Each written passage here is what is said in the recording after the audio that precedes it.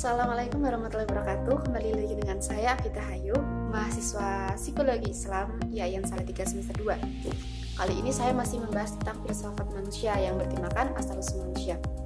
Jadi manusia itu dari mana sih? Atau mau kemana sih? Atau ngapain aja sih? Yang pertama adalah dari mana? Menurut teori yang paling terkenal yaitu teori Darwin, manusia modern berevolusi dari sejenis makhluk yang hidup kera.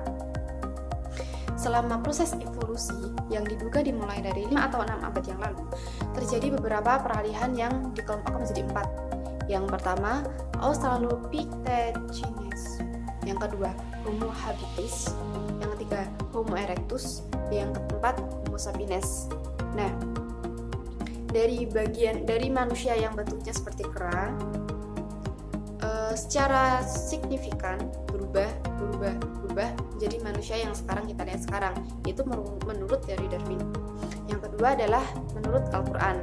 Sudah diketahui bahwa di Al-Quran dijelaskan tentang asal-usul manusia, karena pada hakikatnya sebenarnya Tuhan yang menciptakan manusia. Jadi dalam Al-Quran dikatakan bahwa Adam merupakan manusia pertama yang diciptakan dari tanah yang ditiup biru. Lalu diciptakan manusia kedua untuk pasangannya, yaitu Hawa.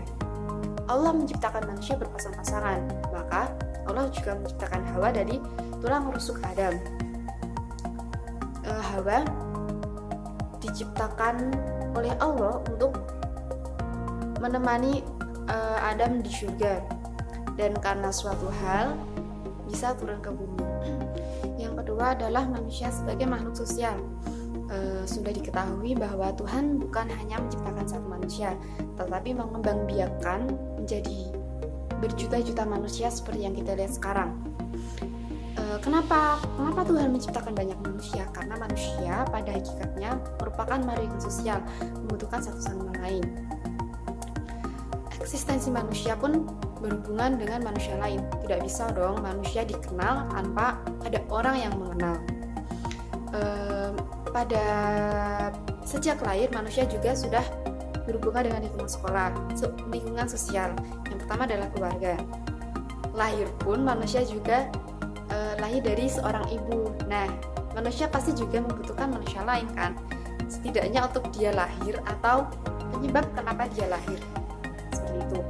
Dari perkembangannya, dari lingkungan keluarga, juga lingkungan masyarakat, lingkungan rumah. Manusia pada anak-anak kecil pun sosialnya juga sudah terlihat. Yang kedua setelah lingkungan rumah yaitu lingkungan sekolah. Ini lebih luas lagi ya.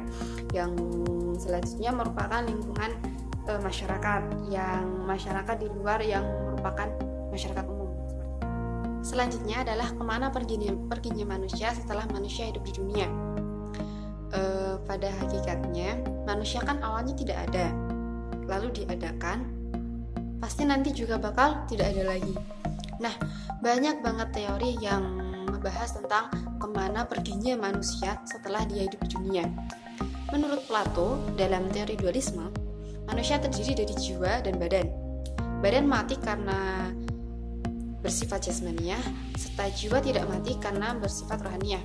Nah, dalam ilmu pengetahuan pun jiwa dan badan itu merupakan dua hal yang berbeda.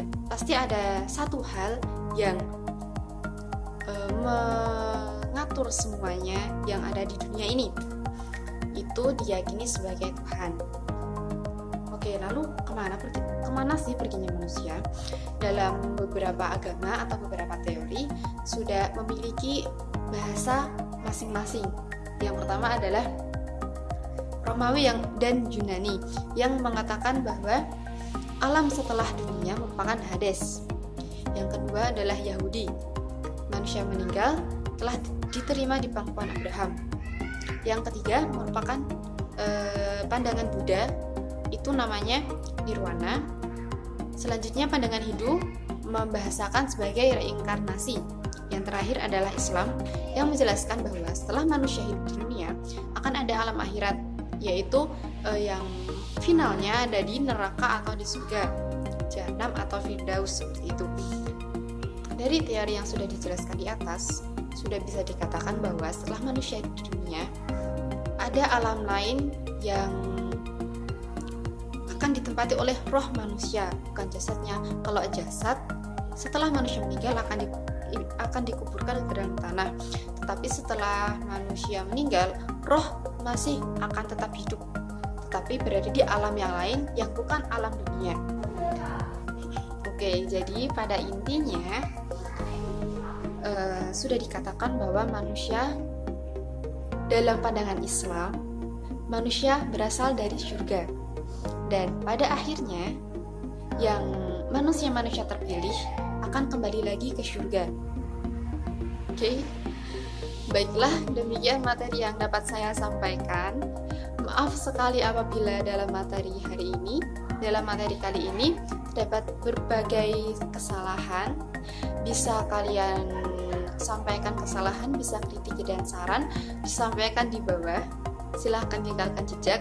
Dan maaf juga dalam video ini ada banyak sekali kekurangan. Oke, demikian dari saya. Terima kasih sudah menonton. Sampai jumpa di video selanjutnya. Terima kasih. Wassalamualaikum warahmatullahi wabarakatuh.